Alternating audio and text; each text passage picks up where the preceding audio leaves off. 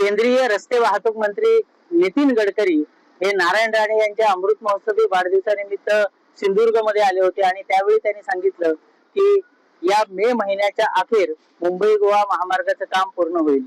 आता मी संगमेश्वर बाजारपेठेतून जाणाऱ्या पुलावर उभा आहे.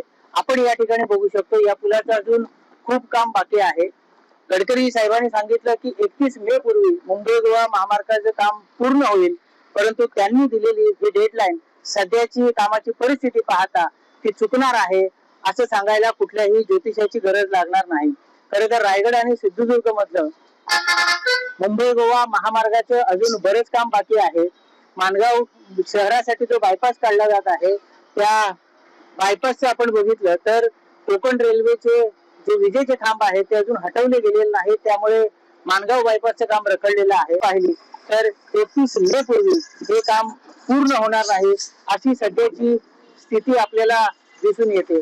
मुंबई गोवा महामार्ग गेली 1-2 नव्हे तर गेली 14 वर्षे रखडलेला आहे आणि अजूनही तो पूर्ण झालेला नाही. नितीन गडकरी यांनी वारंवार वेगवेगळ्या डेडलाईन दिल्या आहेत, मात्र या डेडलाईन पूर्ण झालेल्या नाहीत. अशीच त्यांनी 31 मे पूर्वीची दिलेली डेडलाईन सुद्धा पूर्ण होणार नाही असं आपल्याला इथल्या कामाच्या स्थितीवरून दिसून येतं. योगेश भांडागळे, जय महाराष्ट्र, रत्नागिरी.